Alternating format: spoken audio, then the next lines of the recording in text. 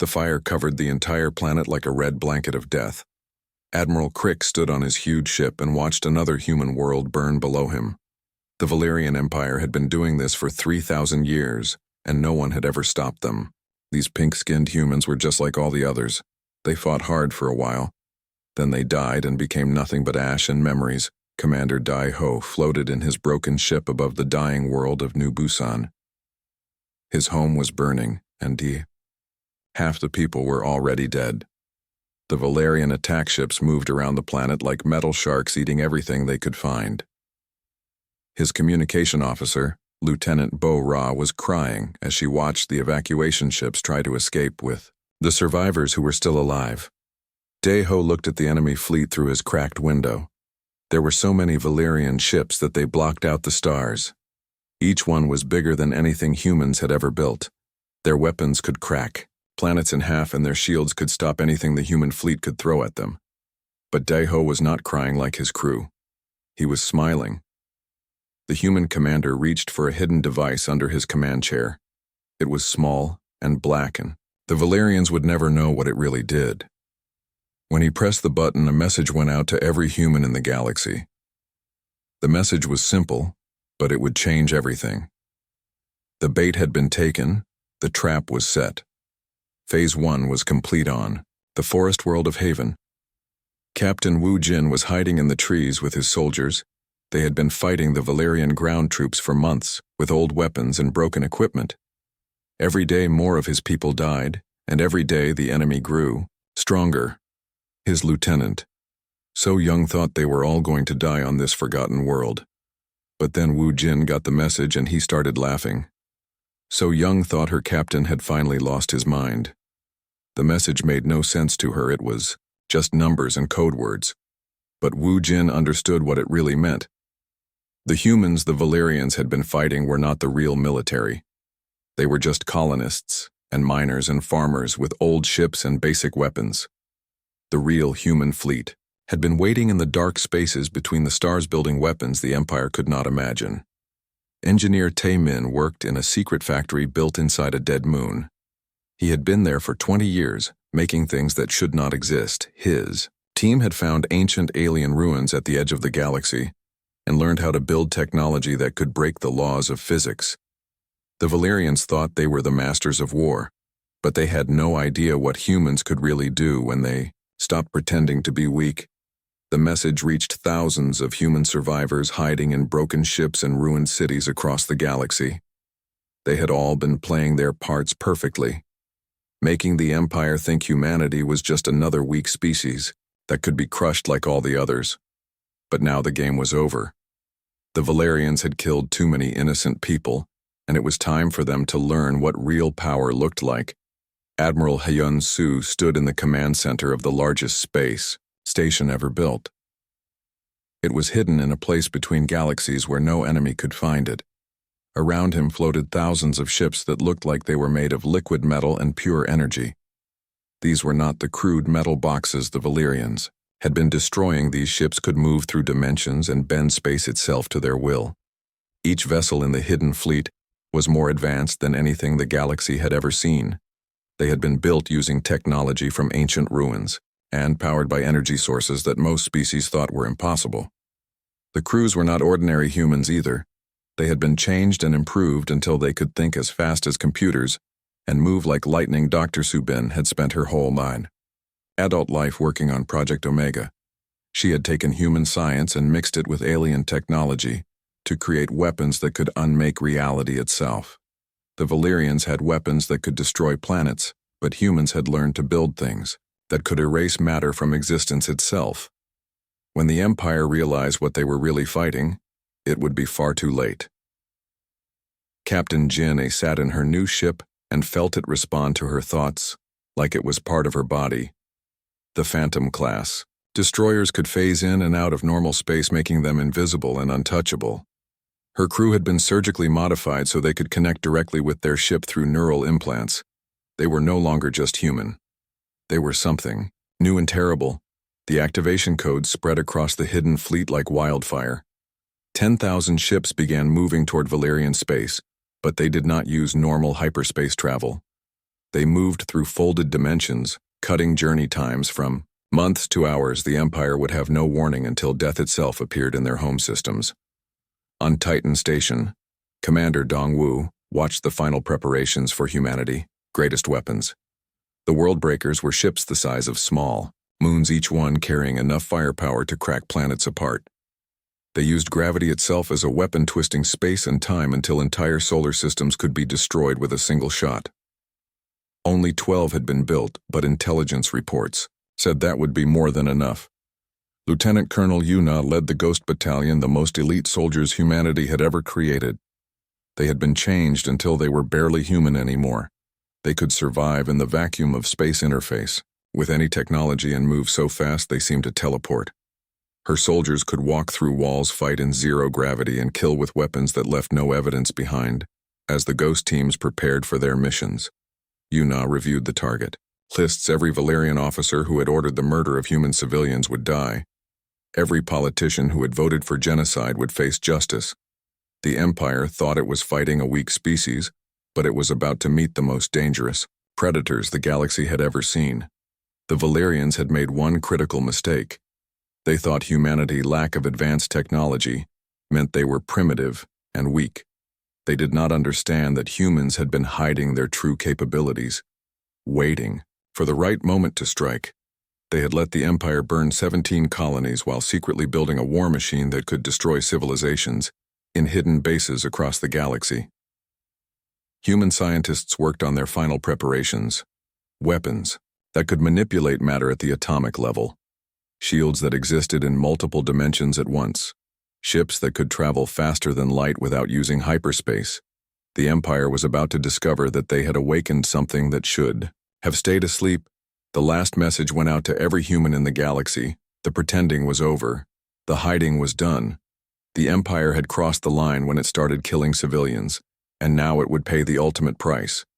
The sleeping giant was finally awake, and it was very, very angry. The galaxy was about to change forever, and the Valerians would be the first to learn what real terror looked like. Commander Daeho watched his burning world one last time, then gave the order to retreat. His damaged ships limped away from New Busan, but he was not running in defeat. He was clearing the battlefield for what was coming next. The Empire thought it had won another easy victory, but it had actually just signed its own death warrant. The real war was about to begin. The darkness between galaxies suddenly filled with light as Admiral Hyun-soo gave the awakening command. Thousands of ships appeared from nowhere, like stars being born in fast motion. These were not the simple metal boxes the Valerians had been fighting. These vessels looked alive. Their hulls moved and flowed like liquid mercury, and they bent light around them until they seemed to exist in multiple places at once. Each ship in the hidden fleet was a masterpiece of technology that the galaxy had never seen before. Dr. Subin walked through the corridors of her research station and smiled as she watched her life work finally come alive. She had spent 20 years learning the secrets of ancient alien ruins found at the edge of known space. The technology she discovered could do things that most species thought were impossible. Captain Jin Ai felt her destroyer respond to her thoughts before she even finished thinking them. The Phantom-class ships were not just machines, they were extensions of their crew's minds and bodies. Her neural implants let her see through the ship sensors, feel the engine vibrations in her bones, and control the weapons with pure thought. When she wanted to move, the ship simply moved. When she wanted to fight, the weapons charged themselves. The crew around her had all undergone the same modifications that turned ordinary humans into something more than human. They could process information faster than any computer, survive in environments that would kill normal people, and react to threats in microseconds. Their bodies had been rebuilt with synthetic muscles and reinforced bones. Their brains had been enhanced with quantum processors that let them think in ways no natural mind could understand. 10,000 such ships began their journey toward Valerian space, but they did not travel like normal vessels. Instead of using hyperspace, they moved through folded dimensions that cut across reality itself. A journey that should take months now took only hours. The Empire would have no time to prepare, no time to run, and no time to understand what was happening to them. On the massive shipyard hidden inside a hollowed-out asteroid, Commander Dongwu oversaw the launch of humanity. Ultimate weapons. The Worldbreakers were ships so large they had their own gravity wells. Each one was the size of a small moon and carried enough firepower to crack planets apart like eggs. They used gravity manipulation drives that could twist space and time until matter itself forgot how to exist. Only 12 Worldbreakers had been built, but intelligence reports suggested they would be more than enough to end the war. Each ship carried 50,000 crew members, including the most elite soldiers humanity had ever produced. These were not ordinary troops, they were the Ghost Battalion's warriors, who had been transformed into living weapons. Lieutenant Colonel Yu Na stood in the briefing room of her Worldbreaker and looked at the holographic displays showing Valerian defensive positions. Her Ghost Battalion soldiers sat perfectly still as she explained their mission. They would phase through enemy hulls, plant fusion charges in critical systems, and disappear before anyone knew they were there. No enemy would see them coming, and none would survive their visit. The soldiers under her command were barely recognizable as human anymore. Genetic modification had given them strength that could bend steel, reflexes that made them seem to teleport, and senses that could detect enemies through solid walls. Cybernetic implants let them interface with any technology, survive in vacuum, and process tactical information faster than any organic brain could handle. Each ghost soldier carried weapons that existed partially outside normal space. They could fire bullets that phased through armor, shoot lasers that curved around obstacles, and throw grenades that exploded in multiple dimensions at once. Their armor was not just protection. It was a complete life support system that let them fight anywhere from the surface of stars to the vacuum of deep space. As the Worldbreaker fleet moved toward its targets, Commander Dongwu reviewed the tactical plans. Each ship would target a different core world of the Valerian Empire. The attacks would be simultaneous and overwhelming, leaving the enemy no chance to coordinate a defense or evacuate their leadership. The Empire capital worlds would all die at the exact same moment. Dr. Subin monitored the dimensional fold drives as the human fleet traveled through spaces that existed between reality. She had learned to manipulate the fundamental forces that held the universe together. Her weapons could erase matter from existence. Her shields could deflect attacks by sending them to other dimensions, and her engines could move ships faster than light without actually moving them at all.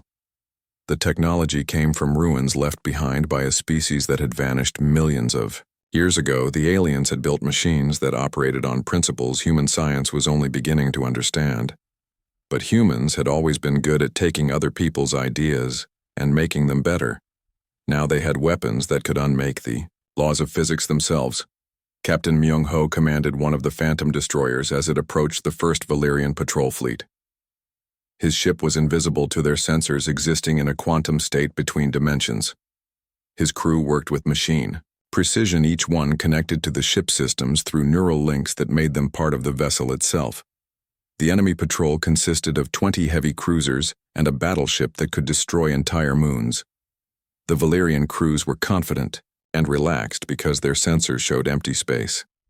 They had no idea that death was already among them, moving through their formation like a ghost made of metal. And hatred, Myung-ho gave the attack command without speaking. His thoughts went directly to the ship systems, and the weapons charged themselves. His destroyer phased into normal space directly inside the enemy battleship, appearing in the middle of the engine room, like a nightmare made real. The Valerian crew had just enough time to scream before fusion charges turned their ship into expanding plasma. The other Phantom ships attacked the cruisers with weapons that bent the rules of reality itself. Gravity beams crushed hulls like tin cans. Laser arrays that existed in folded space cut through armor without meeting resistance, and quantum torpedoes erased entire sections of ships from existence. The battle lasted less than 30 seconds, and when it was over, 21 enemy vessels were gone. But this was just the beginning. The real targets were the Empire core worlds, where billions of Valerians lived and worked in the cities that had been built on the bones of conquered species. These worlds had never known war, had never felt fear, and had never imagined that their victims might one day return for revenge. Sergeant Min-ho led his ghost team through the dimensional barriers around Valeria Prime, the Empire capital world. Their insertion pods were invisible to sensors and could phase through any defense system. The planet below had no idea that enemy soldiers were already walking through their most secure facilities, like they owned the place.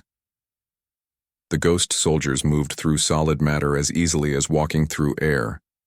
Their enhanced abilities let them ignore gravity walls and even time itself. They planted charges in power plants, government buildings, and military bases while the enemy guards stood just meters away, completely unaware that their world was already doomed. As the hidden human fleet emerged from dimensional fold space around a dozen Valerian core worlds, the Empire finally began to understand what they were really fighting. But by then, it was far too late. The pretending was over, the hiding was done, and humanity was about to show the galaxy what real power looked like when it was finally unleashed without mercy or restraint. The Worldbreakers cast shadows across entire continents as they took position above the most important planets in Valerian space. Their gravity manipulation drives began charging procedures that would crack worlds apart like broken toys. The Empire had wanted to see human technology in action. Now they were going to get a demonstration. They would never forget. Admiral Hyun-Soo stood on the bridge of his command ship and opened communication channels to every Valerian world in the galaxy. His message was simple and delivered in perfect Valerian language. The Empire had 72 hours to surrender unconditionally, or every single one of their worlds would be reduced to cosmic dust. The age of Valerian dominance was over. The age of humanity had begun. Admiral Crix was reading reports about the latest human colony they had destroyed when his sensors officer started screaming. The displays showed readings that made no sense. Ships were appearing from nowhere with energy signatures that broke their instruments. The first Phantom Squadron materialized directly inside his fleet formation, bypassing shields and armor, like they did not even exist. The Valerian admiral watched in horror as his most powerful dreadnoughts simply stopped existing. They were not blown up or damaged, they just disappeared from reality as if they had never been built at all. His flagship shook as weapons struck it from directions that should not be possible. The humans were shooting at them from inside their own shields using technology that made physics weep. Captain Myung-ho phased his destroyer through the hull of a Valerian battleship like a ghost walking through a wall. His crew worked with perfect coordination, each one connected to the ship through neural implants that made them faster than any organic mind could be. They planted fusion charges in critical systems, while the enemy crew walked around them completely unaware of what was happening. The Valerian soldiers on the battleship felt their ship shake and heard strange noises in the walls, but they could not see the human soldiers who were dismantling their vessel from the inside. Ghost Team members moved through solid matter, ignored gravity, and planted explosives with the precision of master craftsmen. When they were done, the battleship began tearing itself apart from within. Myung-ho allowed himself a moment of satisfaction as his ship phased back into normal space, and he watched another oppressor burn. The Valerian Empire had ruled through fear and violence for 3,000 years. Now they were learning what it felt like to be helpless victims of a superior force. Their weapons could not hit targets that existed between dimensions. Their shields could not stop attacks that came from inside their own hulls. On the fortress world of Valeria Prime, General Vex received reports that sounded like the ravings of madmen. Entire fleets were vanishing without sending distress signals. Planets were reporting impossible gravitational readings moments before all communication stopped. The human prisoners in his detention centers had begun singing war songs, as if they knew something he did not. When Vex ordered the execution of all human prisoners, his guards found empty cells with no sign of how anyone had escaped. The walls were solid, the doors were locked, and the security system showed no breaches. Yet somehow hundreds of prisoners had vanished like smoke in the wind. The general began to understand that he was fighting an enemy that operated by completely different rules. The truth was even worse than Vex could imagine. Sergeant Min-ho and his ghost team had infiltrated the prison, using technology that let them walk through solid matter like it was empty air. They moved through the facility like deadly shadows, neutralizing guards with weapons that left no trace of their presence. Every human prisoner was extracted while security devices were planted that would turn the entire complex into a crater. The ghost soldiers could manipulate their molecular structure to pass through walls, become invisible to sensors, and move faster than the human eye could track. They carried weapons that fired bullets existing in multiple dimensions. simultaneously shot lasers that could curve around corners and used explosives that detonated in spaces between reality. As they extracted, the last human civilian, Minho, left a personal message on General Vec's computer terminal. It was a mathematical equation showing the precise calculation of how long the Valerian Empire had left to exist. The number was 71 hours and 43 minutes. The countdown had already begun, and nothing could stop what was coming. Across Valerian space, similar scenes played out as ghost battalions struck at military installations, government centers, and prison facilities. The Empire's most secure locations were penetrated with ease. Their most elite guards were neutralized without ever seeing their attackers, and their most classified information was stolen before they even knew it was gone. Captain Jin A led her Phantom Destroyer squadron through the heart of a Valerian battle fleet, using quantum phase technology that made her ships exist in several dimensions at once. The enemy could not target what they could not see, and they could not defend against attacks that came from directions that did not exist in normal space. Her neural implants let her feel every system in her ship as if it were part of her own body. She could sense the quantum fluctuations that powered the phase drives, feel the dimensional stress of moving between realities, and control weapons that fired projectiles through folded space. The ship was not just her command. It was an extension of her will made manifest in steel and energy. The Valerian fleet opened fire with everything they had. Planet-killing weapons that could crack moons struck empty space where the human ships appeared to be their most advanced. Targeting computers could not lock onto targets that existed in quantum superposition.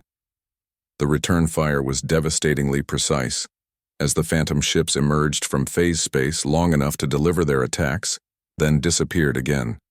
Each human ship was crewed by soldiers who had been transformed far beyond normal human limitations.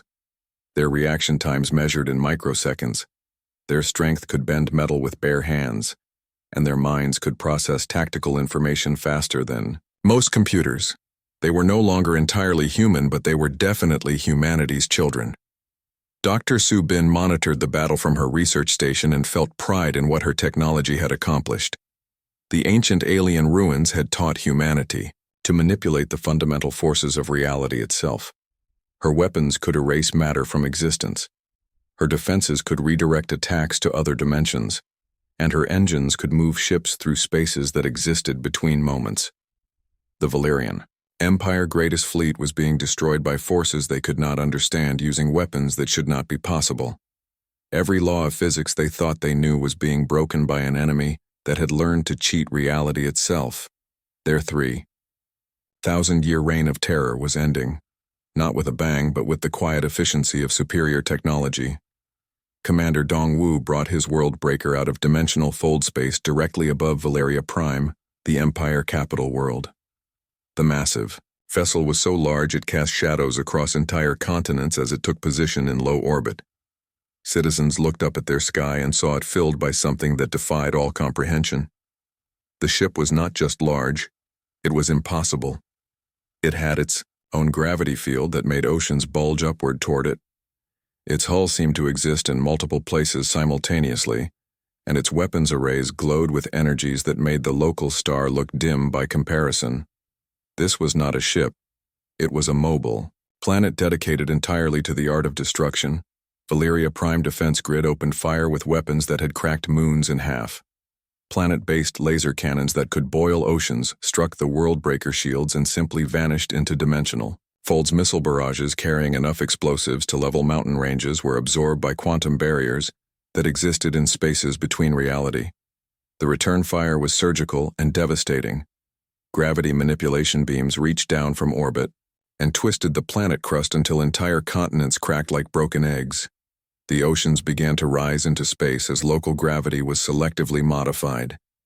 Cities that had stood for thousands of years collapsed as the ground beneath them was turned into liquid. Dr. Subin Fine tuned the world-breaker weapons from her command center, ensuring that each gravitational pulse was precisely calculated. They were not trying to completely destroy the planet, just make it uninhabitable for the next few million years. The Empire core world centers of government and industry were being systematically reduced to geological chaos. The planet's surface buckled and shifted as tectonic plates were manipulated like puzzle pieces. Mountains rose and fell according to the whims of human technology.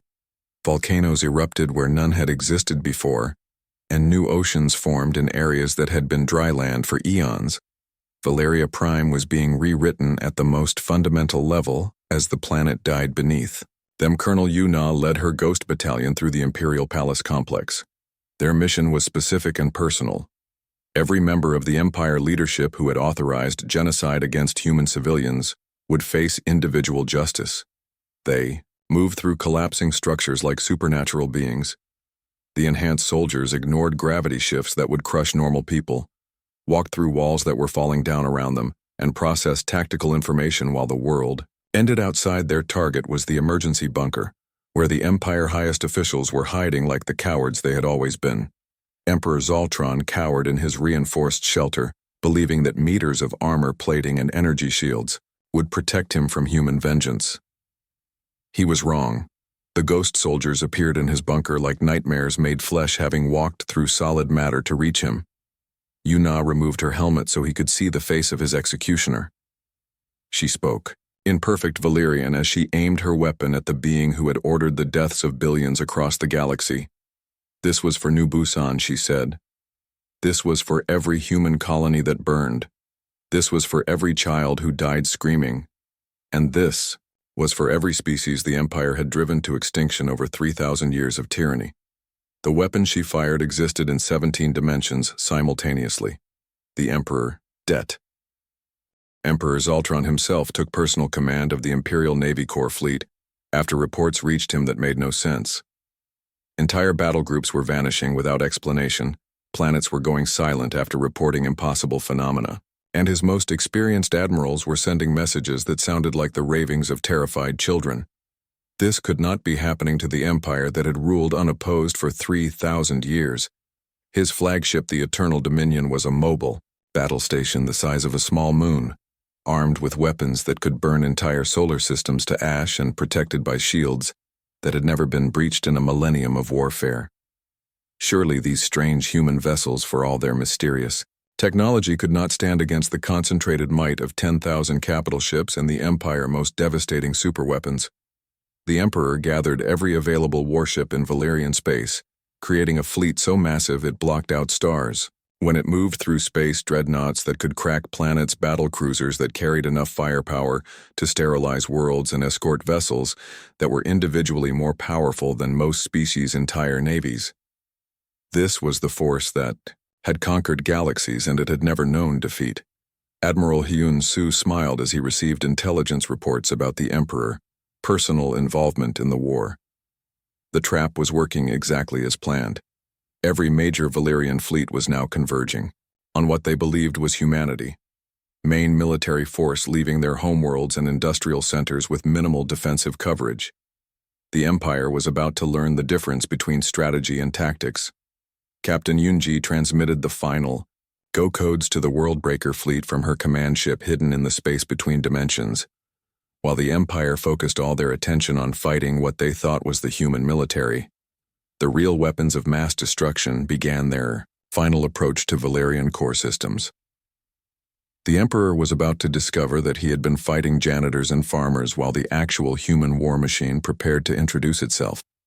The battle at Nexus Cluster was everything Emperor Zoltron had hoped it would be. His massive armada engaged what appeared to be the primary human fleet in conventional space combat. For the first time since this impossible war began, Valyrian weapons were actually hitting their targets and scoring kills. The human vessels, while clearly advanced, seemed to follow normal physics in this engagement. Zoltron allowed himself to believe that victory was finally within reach. These humans had revealed their limitations at last.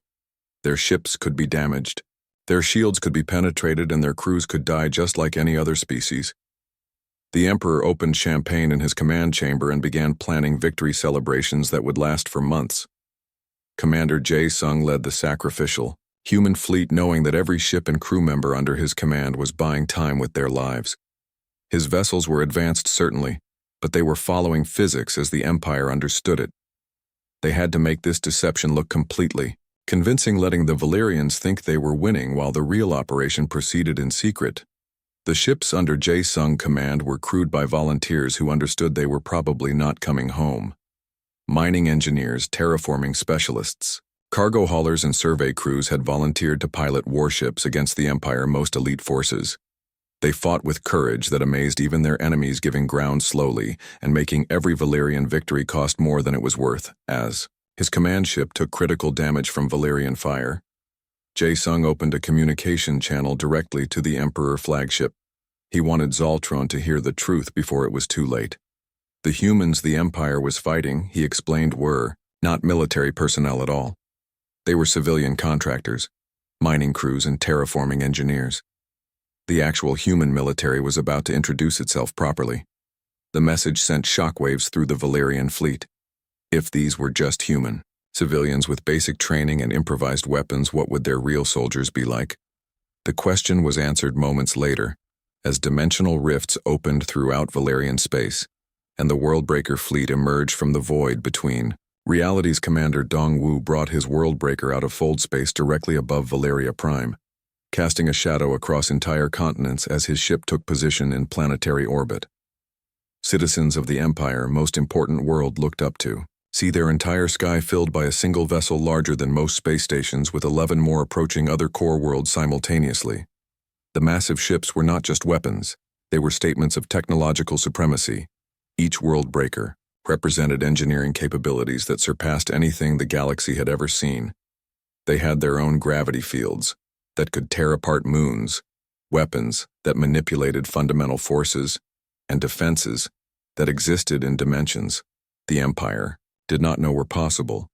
General Vex watched from the surface of Valyria Prime as his homeworld defense systems opened fire on the Worldbreaker with everything they possessed.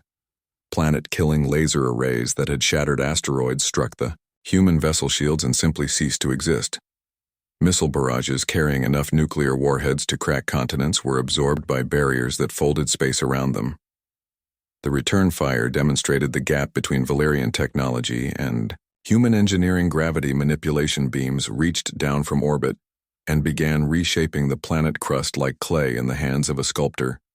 Entire mountain ranges rose and fell according to algorithms calculated by quantum computers that thought faster than any organic mind. Dr. Subin monitored the Worldbreaker systems from her command center, ensuring that each gravitational pulse was precisely calibrated. They were not attempting to completely destroy these worlds, merely render them uninhabitable. For geological ages, the Empire core system centers of government, industry, and culture were being systematically reduced to cosmic rubble. Tectonic plates shifted according to human whims, as the planet's surface was rewritten at the most fundamental level. Oceans boiled away into space as local gravity was selectively modified. Cities that had stood for millennia collapsed as the bedrock beneath them was turned into something resembling liquid. The very continents were cracking apart, like broken pottery on 12 different worlds. Similar scenes of devastation unfolded simultaneously as the Worldbreaker fleet demonstrated what humanity could accomplish when it stopped pretending to be weak. The Empire core systems, representing thousands of years of civilization and development, were being reduced to geological chaos in a matter of hours. Emperor Zoltron received reports from his homeworld that defied belief. The planet itself was coming apart as impossible weapons reached down from space and began dismantling reality. The emergency bunkers built to survive planet crackers were being crushed as the ground above them was compressed into neutron star density. His 3,000-year-old palace was sliding into a newly formed ocean. Colonel Yuna led her ghost battalion through the dying imperial capital as the planet transformed around them. Their mission was specific and personal. Every member of the Imperial High Command who had authorized the systematic extermination of human colonies would face individual justice. They moved through collapsing architecture like beings that existed outside normal physics. The enhanced soldiers could ignore gravity fluctuations that would flatten normal humans, walk through debris, fields that would crush vehicles, and process tactical information while the world ended around them. Their genetic modifications and cybernetic implants made them living weapons capable of operating in any environment, from the cores of stars to absolute vacuum. Their target was the Imperial Emergency Command Center, buried kilometers beneath the capital city, where the Empire leadership had taken shelter. The bunker was protected by energy shields that could stop antimatter weapons armor, plating that could withstand stellar temperatures, and defensive systems that had never been breached in recorded history. Yuna and her team walked through the barriers like they were made of paper. Their phase shift technology let them exist between dimensions, moving through solid matter as easily as walking through air. When they materialized inside the command bunker, the Empire highest officials finally came face to face with human justice. The ghost soldiers had removed their helmets so their targets could see the faces of their executioners. Yuna spoke in perfect Valyrian as she explained why they were all going to die. They had ordered genocide against innocent civilians, burned worlds full of children, and committed crimes that demanded the ultimate punishment. The Empire reign of terror was ending tonight.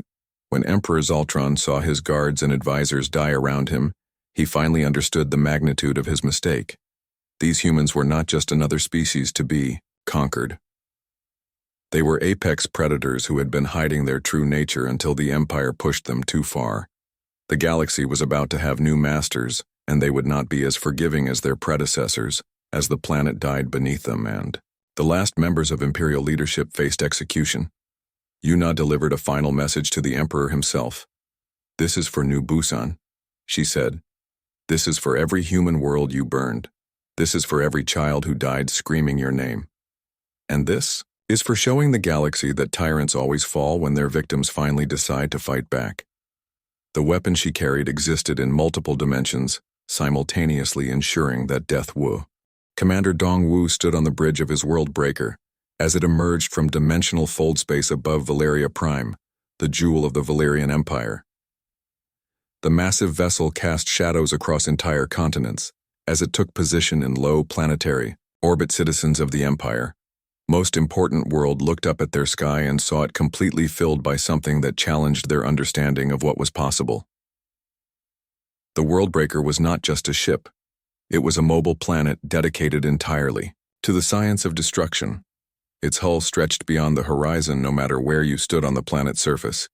Its weapons arrays glowed with energies that made the local star seem dim by comparison, and its gravitational field was so powerful that the ocean tides began responding to its presence instead of the moon.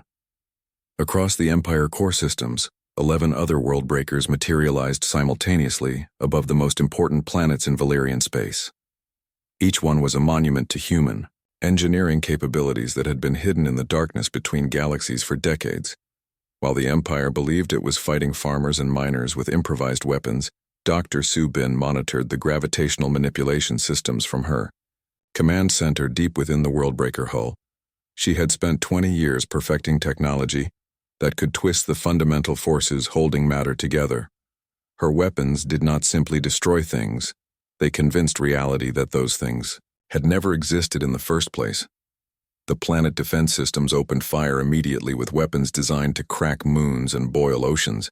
Laser arrays that could cut through planetary crusts struck the Worldbreaker shields and simply vanished into dimensional pockets that existed between seconds. Missile swarms carrying enough nuclear warheads to sterilize continents were absorbed by quantum barriers that folded space around them. General Vex watched from his command bunker as the most powerful weapons in the Valyrian arsenal had absolutely no effect on the human vessel above them. It was like watching children throw pebbles at a mountain. The energy readings from the alien ship broke their instruments, and the gravitational distortions it created were already affecting weather patterns across the planet.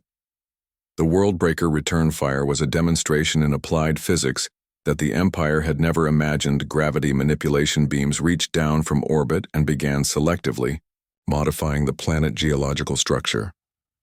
Entire tectonic plates shifted according to mathematical equations calculated by quantum computers that could process information faster than light could travel. Mountains rose where there had been plains, and oceans appeared where there had been deserts. The planet crust was being rewritten like a document edited by cosmic forces beyond comprehension. Cities that had stood for thousands of years collapsed as the bedrock beneath them was transformed into substances that should not exist. Su Bin carefully calibrated each gravitational pulse to ensure maximum psychological impact while avoiding complete planetary destruction. The goal was not to kill every living thing immediately, but to make the world uninhabitable while leaving enough survivors to spread word of what happened when humanity decided to stop being merciful. The oceans began rising into space as local gravity was manipulated with surgical precision, forming massive waterspouts that reached from the surface to the world-breaker hull. The planet was literally coming apart as fundamental forces were adjusted according to human will. Continents cracked like broken eggs and new mountain ranges formed in minutes. On the surface, Colonel Yu-Na led her Ghost Battalion through the collapsing Imperial Palace complex. Their mission was personal and specific. Every member of the Empire leadership who had signed orders for human genocide would face individual justice. They moved through the dying city like supernatural beings unaffected by the chaos around them. The ghost soldiers had been enhanced. Admiral Hyun-Soo stood on the bridge of his command ship, watching the last Valerian fleet surrender rather than face complete annihilation. The war that the Empire expected to last decades had ended in less than a week once humanity revealed its true capabilities. Across the galaxy, former Valerian slave worlds were declaring independence, finally free to govern themselves after millennia of oppression. The human fleet began broadcasting on all frequencies, making their intentions clear to every species in the galaxy. Captain Wu Jin, no longer hiding in forests but commanding a full battle group, oversaw the liberation of former prison worlds where the Empire had worked billions of beings to death. The Ghost Battalions had become liberation forces, their superhuman abilities, now used to provide aid and protection to survivors of Imperial rule. Humanity had learned from the Empire's mistakes and had no intention of simply replacing one tyranny with another. The revelation of what humanity had actually deployed shocked the galaxy's remaining major powers into immediate diplomatic overtures. Dr. Subin's research had unlocked technologies that made faster-than-light travel, resource scarcity, and even aging itself obsolete. But perhaps more importantly, humanity had demonstrated something the galaxy had never seen: the ability to wage total war while maintaining moral principles. They had destroyed an empire without becoming monsters themselves. Engineer Tai Min now worked on projects of creation rather than destruction, using the same dimensional manipulation technology that had powered the world breakers to terraform dead worlds and create artificial star systems.